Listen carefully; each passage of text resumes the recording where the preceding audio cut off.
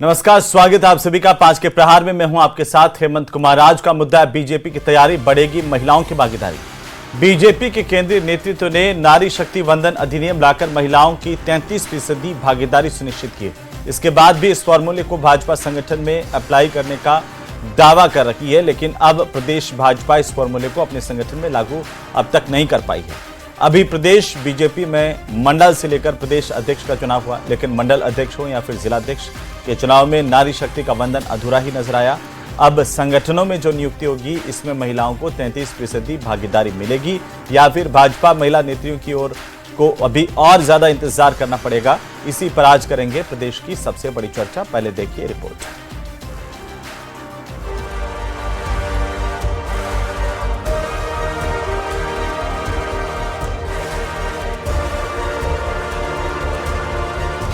BJP में दिखेगी नारी शक्ति की छाप। कि राजनीति में और सरकार में जिस प्रकार से महिलाओं को रिजर्वेशन दिया गया है, ये मेरा मानना है कि भारतीय जनता पार्टी की देन।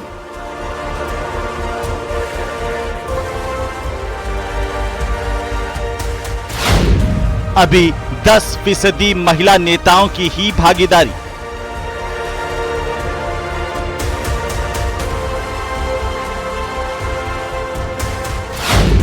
अभी बीजेपी संगठन में नारी शक्ति का अधूरा वंदन। बीजेपी संगठन में महिला प्रतिनिधित्व बढ़ाने की तैयारी।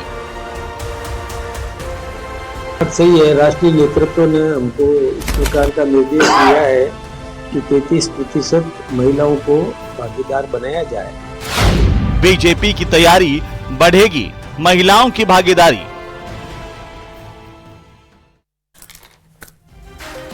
तो देश की संसद ने नारी शक्ति वंदन अधिनियम 2023 में ही पारित कर दिया था, लेकिन उसके बावजूद सत्ता के गलियारों से लगाकर के संगठन की लाइनों में भी महिलाओं की भागीदारी को लेकर के अभी तक सिर्फ बात ही हो रही है।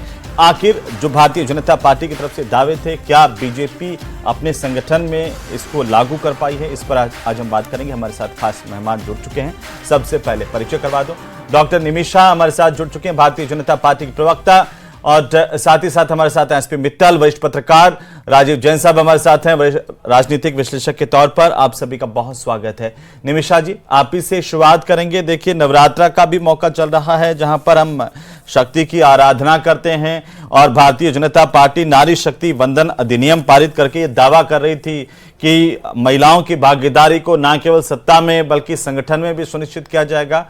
क्यों अब तक अधूरा है, और क्या महिलाओं की जो भागीदारी होनी चाहिए संगठन में और बाकी जगहों पर, वो प्रदेश में हो पाई है?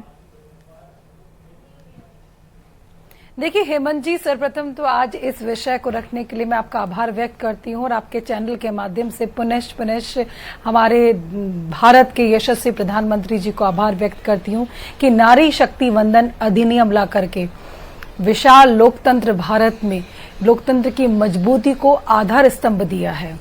नारी को नारायणी माना गया है, और भारतीय जनता पार्टी पूरी तरह से संगठन हो, सत्ता हो, वो सदैव महिलाओं को समान प्रतिनिधित्व देने के लिए संकल्पित रही है। और देखिए, आप अब तक का पुराना इतिहास पलट करके देखें तो बड़े प्रमुख पदों पर रहती हुई महिला मंत्रियों ने, आज राजस्थान में देखें तो राजस्थान में वित्त मंत्री महिला हैं, और हमारे देश का भी नेतृत्व एक महिला वित्त मंत्री संभाल रही है। तो भारतीय जनता पार्टी सदैव महिलाओं को साथ लेकर के चलती है, और उनको नेतृत्व की क्षमता और विकास के संपूर्ण अवसर प्रदान करती है। और नारी शक्ति वंदन अधिनियम का आप देखिए, इतना बड़ा परिवर्तन आया कि पूरे भारत के अंदर जब वोटिंग हुआ, चाहे लोकसभा के चुनाव में हो, विधानसभा के चुनाव में, पहली बार लोकतंत्र के इतिहास में भारत में वोटिंग परसेंटेज में महिलाओं की बढ़ोतरी हुई है। तो ये नारी शक्ति वंदन अधिनियम 2023 ये एक नया इतिहास है, और आप और हम भाग्यशाली हैं कि इस इतिहास के हम साक्षी बने। जो एक स्वर्णिम इतिहास लिखा गया, इसके हम साक्षी बने। अब रही बात अवसर देने की, तो देखिए हेमंत जी, सत्ता हो या संगठन हो, सभी जगह अवसर दिया जाता है, और सशक्त महिलाओं को अवसर भी दिया जा रहा है। चाहे अभी आप देखें तो जिलाध्यक्ष हमारी सामान्य कार्यकर्ता हैं, वो सभी जिलाध्यक्ष बनी हैं, और आगे भी चाहे वो जिले की टीम हो, मंडल की टीम हो, आने वाली टीम जो है बूथ कमेटी की टीम हो, हमारे जो चुनाव संचालक समिति के संयोजक थे नारायण पंचायत जी ने भी कहा है कि हर बूथ स्तर पर 3 महिलाएं उस कमेटी में होना अनिवार्य है। जी। हम लोकतंत्र के सबसे नीचा स्तर जो है बूथ, मंडल, जिला, प्रदेश, हर स्तर पर नारी की सहभागिता सुनिश्चित हो रही है, और यही खूबसूरत भारतीय जनता पार्टी का आंतरिक लोकतंत्र है, जहां पर समान सहभागिता के साथ में नारी सशक्तिकरण के संपूर्ण समान सहभागिता तो दूर की बात है निमिषा जी, अभी तो 10% ही भागीदारी संगठन में है महिलाओं की, और 33% तक लाना हम सब के लिए, और मुझे बहुत खुशी होगी, और मुझे पता है आपको भी बहुत खुशी होगी अगर 33% का आंकड़ा हम बीजेपी या तमाम राजनीतिक दलों में, संगठनों के अंदर महिलाओं की भागीदारी सुनिश्चित कर पाए तो। देखिए, एक बात आपने सही कह दी हेमंत जी, तमाम, क्योंकि आप देखिए एक पुराना राजनीतिक दल है, 1885 से गठित दल है, लेकिन मैं जब हिस्ट्री पलटते हैं, हम देखते हैं, इतिहास का अवलोकन करते हैं, तो भारतीय जनता पार्टी ने अपनी स्थापना के साथ ही एक महिला मोर्चे का गठन किया था, और यही कांग्रेस की जो वुमेन विंग है और महिला कांग्रेस कमेटी जो है उसका 1984 में हुआ। तो ये भाजपा के पीछे चलने वाली कांग्रेस और महिलाओं को कभी नेतृत्व नहीं देती है, लेकिन आज आप देखिए इतिहास रचा जा चुका है, चाहे संगठन हो, चाहे सत्ता हो, चाहे पंचायत से लेकर के पार्लियामेंट तक, महिला की भागीदारी सुनिश्चित करने का सतत प्रयास संगठनात्मक रूप से भारतीय जनता पार्टी कर रही है। नारी तो नारायणी है मान करके राजस्थान के मुख्यमंत्री जी ने अनेक नवाचार किए हैं। 50% उनको अध्यापिकाओं को आरक्षण देने से लेकर के अभी स्टार्टअप में महिलाओं को, राजस्थान की जितनी महिलाएं थी उनको बुला के मीटिंग करना, 1-to-1 बात करना, तो ये नवाचार ही नहीं, एक सुदृढ़ महिला के निर्माण की ओर है। निमिषा जी, ठीक है, नारी तो नारायणी है, या देवी सर्वभूतेषु शक्ति रूपेण संस्थिता, बहुत बड़ी बड़ी बातें हमारे सनातन काल से हम सुनते आए हैं, लेकिन इतनी बड़ी चुनौती क्यों है मित्तल साहब कि हम अपने संगठन में भी 10% से ऊपर नहीं उठ पा रहे हैं। बाकी राजनीतिक दलों में भी हालात तो आप देख ही रहे हैं, चारों तरफ की बातें बड़ी होती है, लेकिन धरातल पर स्थितियां महिलाओं को लेकर भागीदारी के मामले में वो उतनी हम सामर्थ्यवान नहीं पाता है, चाहे वो कोई संगठन हो, सरकार में हो या बाकी जगहों पर हो। देखिए मन, इसमें कोई दो राय नहीं कि भाजपा ही नहीं, कांग्रेस भी, सभी राजनीतिक दल इस बात पे क्या नाम से दावा करते हैं कि उनके संगठन में महिलाओं को मान सम्मान दिया जाएगा, उनको पद दिए जाएंगे, लेकिन हमने देखा कि जो भारतीय जनता पार्टी के भी 40 जिला अध्यक्ष नियुक्त किए गए, उसमें से मात्र 4 में क्या नाम से महिलाओं को जिला अध्यक्ष नियुक्त किया गया। ये आंकड़ा भारतीय जनता पार्टी के संगठन का नहीं है। मैं आपको एक आंकड़ा और देना चाहता हूँ जो भारतीय जनता पार्टी के विधायकों का है। भारतीय जनता पार्टी के विधायकों की संख्या करीब 100 क्या नाम से 17-18 के आसपास है, उसमें से मात्र क्या नाम से 10 विधायक ही क्या नाम से भाजपा की महिला विधायक हैं। ऐसे ही हम कांग्रेस के हम देखते हैं तो 66 कांग्रेस के विधायक है, लेकिन जो महिला विधायकों की संख्या है वो कुल क्या नाम से 8 ही है, और राजस्थान के अंदर 2 निर्दलीय महिला विधायक भी हैं। तो कुल मिला के ये कहा जा सकता है कि 200 में से राजस्थान में 20 महिला विधायक हैं, तो रेशो वो 10% का आ गया। जब हम 33% की बात करते हैं, लेकिन क्या नाम से महिलाओं को जो प्रतिनिधित्व देना चाहिए वो हम नहीं देना चाहते।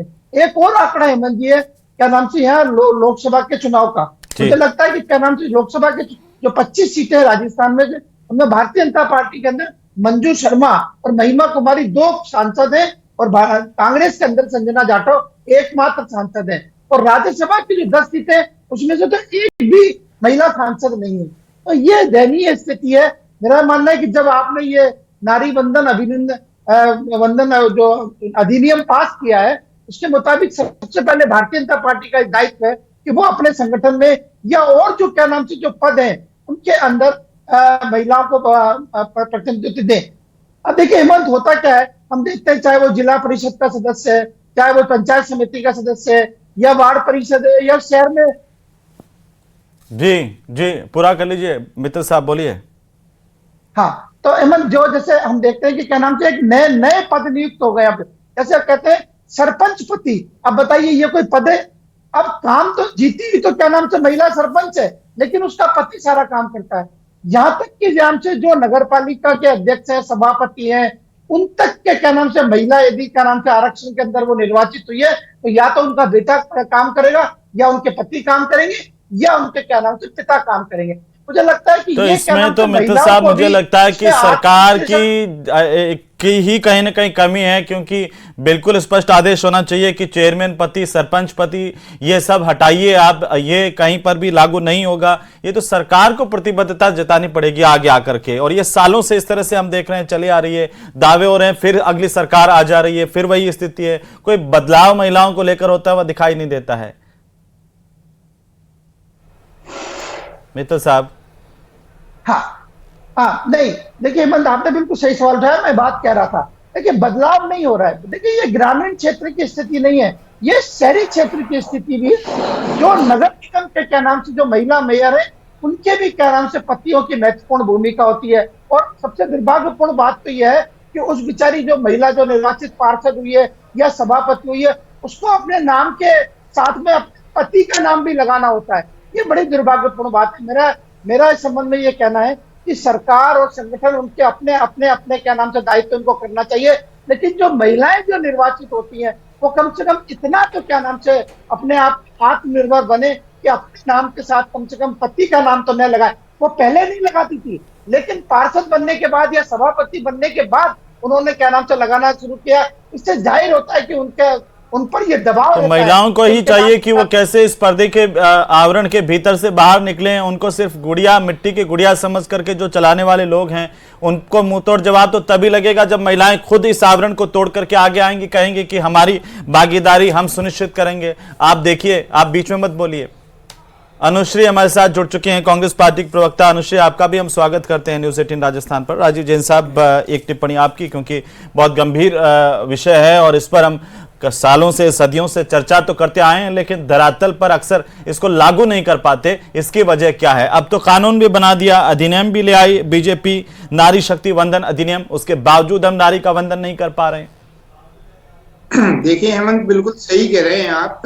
निश्चित तौर पे अधिनियम तो आ गया, अब आने वाले समय में लोकसभा, विधानसभा में शायद उनके आरक्षण हो जाएगा महिलाओं का, तो एक अच्छी खुशी की बात है। लेकिन जहां तक विषय जो है कि ये संगठन में महिलाओं को कितनी भागीदारी दे पाएंगे, तो मुझे नहीं लगता। अभी जिलाध्यक्ष जैसे निमिषा जी बता रही थी, 40 जिलाध्यक्षों के जिनके चुनाव हुए, 4 ही महिला चुन पाई। लेकिन जैसे और हम उदाहरण में देखें तो राजस्थान में जो मंत्रिमंडल बना, उसमें सिर्फ 2 महिलाएं ही मंत्री बन पाई हैं। अब आने वाले समय में संगठन में कितनी भागीदारी ये दे पाएंगे, ये तो समय ही बताएगा। लेकिन आने वाले समय में राज्यसभा की भी सीटें खाली होंगी राजस्थान में 2 साल बाद, उसमें किसी महिला को प्रतिनिधित्व मिल पाए। हम तो चाहेंगे निमिषा जी बैठी हैं, इनको प्रतिनिधित्व मिले, ये राज्यसभा में जाए। तो महिलाओं को कहीं ना कहीं भागीदारी, अब संगठन में कह तो रहे हैं कि हम देंगे, अब कितनी दे पाएंगे या क्या हो पाएगा ये तो समय बताएगा। लेकिन लगता नहीं है अभी महिलाएं हैं, जैसे मित्तल साहब बता रहे थे, निकायों में या पंचायतों में उनके पति ही या उनके परिवारजन ही सारा काम धाम संभालते हैं। महिलाओं को भी कहीं ना कहीं आगे आना पड़ेगा। लेकिन निश्चित तौर पर प्रदेश स्तर पर इस तरीके की भाजपा में महिलाएं हैं, सशक्त महिलाएं हैं, लेकिन उनको कहीं ना कहीं पूरी जिम्मेदारी अभी पार्टी नहीं दे पाई है। अब मदन राठौड़ नए प्रदेश अध्यक्ष बने, केंद्रीय नेतृत्व का भी दबाव है, उनके दिशा निर्देश हैं कि कम से कम 30% तो पद महिलाओं को दिए जाएं। तो कितने दे पाते हैं, बहुत मतलब एक सोचनीय बात है महिलाओं को। अब दोनों पार्टियों की तुलना करना तो अभी मतलब बेमानी सा ही होगा कि वो क्या करते हैं, ये क्या करते हैं। लेकिन जहां तक भाजपा की बात है कि वो बड़े बड़े दावे कर रही है महिलाओं को लेकर, नारी बंधन वो जो अधिनियम आया है उसको लेकर, तो उस हिसाब से यदि हम देखें तो निश्चित तौर पर सरकार में भी प्रतिनिधित्व बढ़ना चाहिए। अब आने वाले समय में बोर्ड, निगमों, आयोगों में नियुक्ति राजस्थान में होगी, तो उसमें कितनी महिलाओं को प्रतिनिधित्व मिल पाता है, ये निमिषा जी बता पाएंगे कि यदि ये अपने पार्टी में दबाव डाले। ये पार्टी की महिला नेताएं और बड़ी मुखर है, मैं तो बहुत पहले से जानता हूं इनको, तो निश्चित तौर पे ये जो मुखर है, लेकिन पार्टी की वो रीति रिवाज में, रस्मों रिवाज में इतनी बंधी हुई हैं कि अपनी पार्टी के भीतर की स्थिति को भी निमिषा जी आज नहीं बोल पा रही कि हाँ वाकई हम इसे लागू नहीं कर पाए। चिंताजनक स्थिति है। आप देखिए हेमंत जी, मैं इतना ही कहूंगी, कितने नवाचारों से भरा हुआ है भारत, नए भारत का जो शासन काल है। आप देखिए 1020 पुरुष, मतलब 1000 पर 1020, पहली बार sex ratio, national sex ratio की रिपोर्ट देखिए आप, ट्रिपल तलाक देख लीजिए आप, 26 सप्ताह नहीं, का हम तो भागीदारी की बात कर रहे हैं, ट्रिपल तलाक और इनकी बात नहीं कर रहे हैं निमिषा जी। देखिए नेतृत्व का विकास तभी होगा ना, नेतृत्व का विकास तब होता है जब अपने घर से हम उसे मजबूत करें। और आज आप बताने की स्थिति में ये आ जाए कि मंडल में हमने इतनी महिलाएं बनाई हैं और उसके बाद जिलाध्यक्ष के ऊपर हमने 4 नहीं, हमने 40 बना दिए हैं, 40 में से 20 तो बनाते कम से कम, तब आप कह पाते हैं। अभी हमारे मित्तल साहब ने कहा सर हमें थोपावा क्षमताएं नहीं चाहिए, क्षमतावान महिलाएं कार्यकर्ता आगे आ रही हैं और बहुत भाजपा ही एक ऐसा स्थान है जहां पर क्षमतावान महिलाएं, 5 मंत्री, रक्षा मंत्री हो चाहे विदेश मंत्री हो, वित्त मंत्री हो, इतने महत्वपूर्ण दायित्वों का निर्वहन किया। ठीक है, अनुश्री जी हमारे साथ, मैं आता हूं वापस। निमिषा जी, अनुश्री जी हमारे साथ हैं, पार्टी है जी, जहां पर समान अवसर। ठीक है, अनुश्री जी निमिषा जी कह रही थी कि बीजेपी ऐसी पार्टी है जहां महिलाओं की भागीदारी सुनिश्चित होती है, बाकी तो इतनी पुरानी पार्टियां हैं वो भी अभी 33% तक भागीदारी सुनिश्चित नहीं कर पाई हैं। देखिए मेरी बहन शायद या तो इतिहास भूल गई है या मैं उनको याद दिला दूं, बात यहाँ महिला विकास के मुद्दे की है, महिलाओं की भागीदारी की है। तो मैं यहाँ बीजेपी कांग्रेस ना करते हुए सबसे पहले तो ये बताना चाहूंगी कि महिलाओं को जो आधी आबादी है उनको अपना पूरा हक मिलना चाहिए।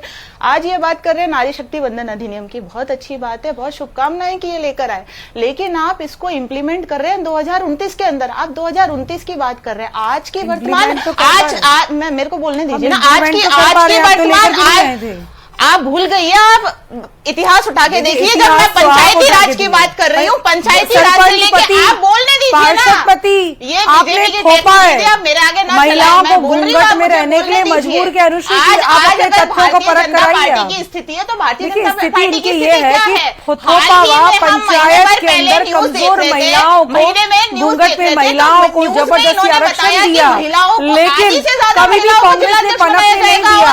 1996 से भारतीय जनता आरक्षण की बात करते आए, लेकिन एक परिवार की चाकरी से कांग्रेस कभी बाहर नहीं निकली है। नारी की चिंता करते सेनाओं में आपने परमानेंट प्रतिनिधित्व दिया, आज सेना से लेकर पार्लियामेंट, पार्लियामेंट से लेकर के साइंटिस्ट, हमारी महिलाएं चांद तक पहुंच चुकी है। और कांग्रेस जो है, कांग्रेस एक परिवार की महिलाओं की चाकरी करने के अलावा कुछ नहीं कर पाई है। कांग्रेस के अंदर 1996 से बात कर रही है, 6 दशक तक राज किया है कांग्रेस ने, लेकिन आरक्षण छोड़िए, कभी महिला नेतृत्व पर विश्वास भी नहीं किया इन्होंने, और ना ही कभी नेतृत्व की बात की गई थी तब आपने कहा कि महिलाओं को एक मात्र बैसाखी बना के रखिए, महिलाओं की आप शिक्षा से लेकर के आज स्टार्टअप तक हर महिला आगे बढ़ रही है, ये बर्दाश्त नहीं हो रहा है। इसीलिए तो पहली बार वोटिंग नारायणी है, लेकिन एक एक करके ये बताइए, सुनिए,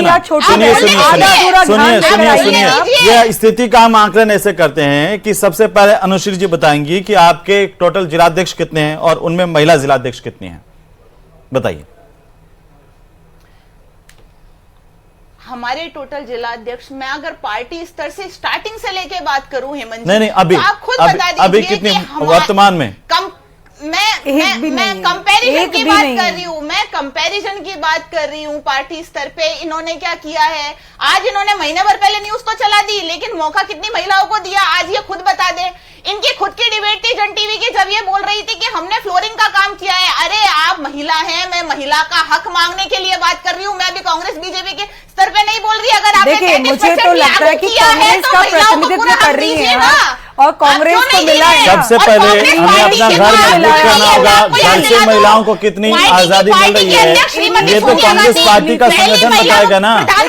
अनुश्री जी बोलने के लिए आई यहाँ पर बिना तथ्य, बिना आधार और बिना आंकड़े की आई है, स्पीकर अध्यक्ष मीरा कुमार जी, तथ्यों के लेकर के आई है यहाँ पर। लेकिन इतना बता दें, संगठन तो कोई मजबूत नहीं है इनकी, ना ही महिला नेतृत्व को मजबूत करने की बात करती। पहली बार 106वां संविधान संशोधन। और हेमंत जी, जब नारी शक्ति वंदन अधिनियम पर सदन में बातचीत हो रही थी, चर्चा हो रही थी, तो वॉकआउट कर गए कांग्रेस के आला कमान।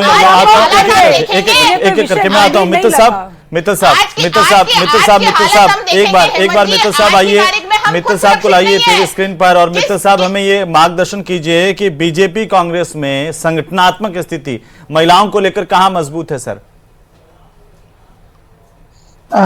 देखिए, जैसे अभी प्रवक्ता अनुश्री देख लें, से आप रात दिन प्रवक्ताओं से मिलते हैं, बीजेपी में महिला प्रवक्ता की स्थिति ज्यादा मजबूत है या कांग्रेस में महिला प्रवक्ताओं की स्थिति ज्यादा मजबूत है? देखिए हेमंत, ये तो आप मेरे सामने धर्म संकट खड़ा कर देंगे कि नहीं, किसमें महिला। मैं ये कह रहा हूँ, मैं कह रहा हूँ, आपने अनुश्री से अभी ये पूछा था कि जो इनके यहाँ भी देखिए, कांग्रेस के अंदर भी जिला अध्यक्षों की नियुक्ति अभी भी हुई है, ऐसा नहीं। उनके यहाँ भी 44 जो जिला अध्यक्ष है, 45 जिला अध्यक्ष, उनकी नियुक्ति अभी हुई है।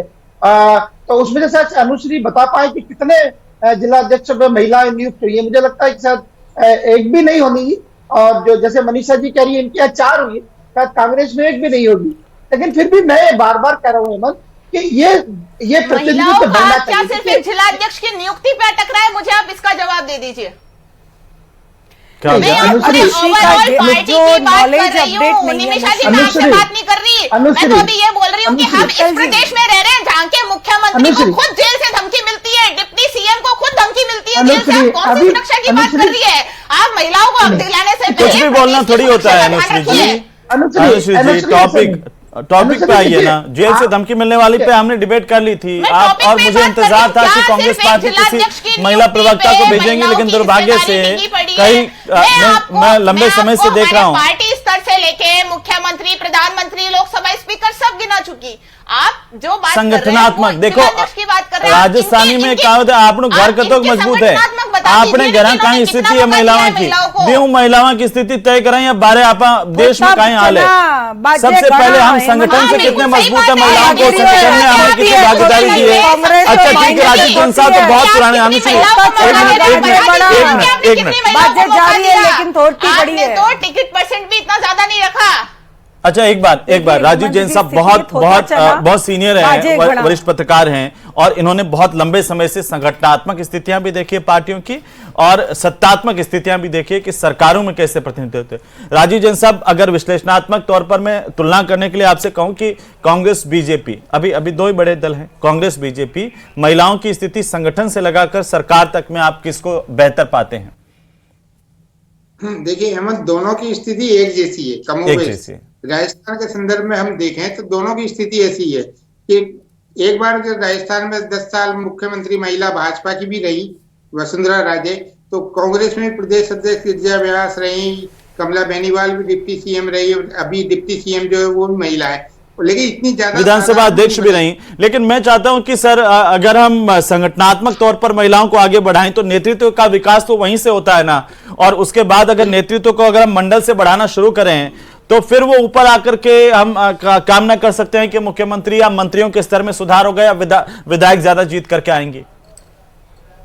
देखिए निश्चित तौर पे हेमंत, ये जो मंत्रिमंडल होता है इसमें भागीदारी देनी चाहिए, भाजपा को अब देनी चाहिए, क्योंकि अब मौका है भाजपा के पास कि वो दावे करती है कि वो महिलाओं को बढ़ावा दे रही है, लेकिन और वो कहीं ना कहीं उनका एक एजेंडा ये भी है कि एक महिला वोट बैंक को अपने पक्ष में खड़ा किया जाए, इसीलिए नारी बंधन जो अधिनियम है उसका प्रचार प्रसार भी भाजपा उस ढंग से कर रही है। तो ये उसको और आगे बढ़ाने के लिए उनको अब जो मंत्रिमंडल में ज्यादा स्थान देना चाहिए, या जो बोर्ड निगम आयोग में जो अब नियुक्तियां होने वाली है उसमें वो अभी आप देखिए महिला आयोग भी खाली पड़ा हुआ है, और बाकी जो संगठनात्मक नियुक्तियां हैं कई वो भी खाली है, सत्तात्मक जो नियुक्तियां होनी है वो कई लंबे समय से खाली पड़ी है। तो ऐसे में उम्मीद तो की जा सकती है कि जब हम चर्चा कर रहे हैं तो ये बात संगठन सरकार तक पहुंचे, महिलाओं की भागीदारी बढ़े। अनुश्री, पिछले दिनों मुझे याद है कि आप ही के प्रदेशाध्यक्ष का एक बयान था कि देखो उधर बीजेपी की तरफ जहां का महिला मोर्चा कितना संगठित है, सुदृढ़ है, और वहां पर जब भी कोई प्रदर्शन होता है तो महिलाओं की भागीदारी कितनी होती है। और उन्होंने ये कहा मीडिया के सामने सबको कि हमें कांग्रेस में भी महिलाओं की भागीदारी को बढ़ाने की जरूरत है। कैसे भागीदारी महिलाओं के बढ़े, आप क्या कहना चाहेंगी, बताइए। देखिए, महिलाओं की भागीदारी बढ़ाने के लिए मैं आपको वापस एक ही बात कहूंगी कि महिलाओं को, जैसे अभी जो मेरे साथी हैं वो बात कर रहे थे कि आपको महिला सरपंच पति की बात कर रहे थे या विधायक पति की बात कर रहे थे, तो कहीं ना कहीं महिलाओं को खुद को स्वावलंबी होना पड़ेगा। बात या तो भारतीय जनता पार्टी की हो या कांग्रेस की हो, महिलाओं की भागीदारी तब आगे आएगी जब महिलाएं खुद स्वावलंबी बनेगी, खुद चलकर आगे आएगी, ना कि उनको कोई बैक सपोर्ट करके आगे लाएगा और खुद अपने इंस्टांस पे लड़वाएगा। तो कहीं ना कहीं महिलाओं को एक समाज को दायरे में रखते हुए आगे आने की जरूरत है, तभी महिलाओं की भागीदारी बढ़ पाएगी।